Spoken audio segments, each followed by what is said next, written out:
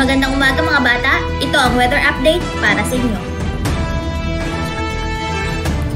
Matinding init ang nararanasan sa panahon ngayon. Ang mga estudyante ay hindi kinakaligtaang magdala ng payong panangga sa init ng araw.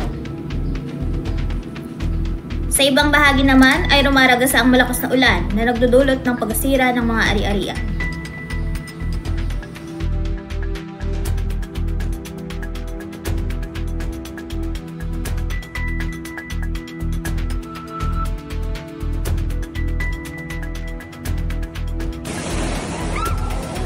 Mayroon ding malakas na ihip ng hangin na siyang tumangay sa dalawang estudyante naglalakad.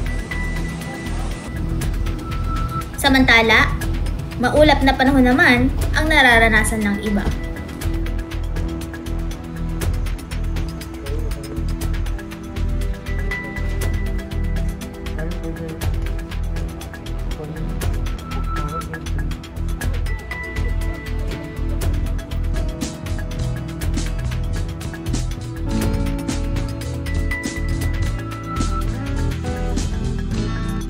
At iyan ang weather update.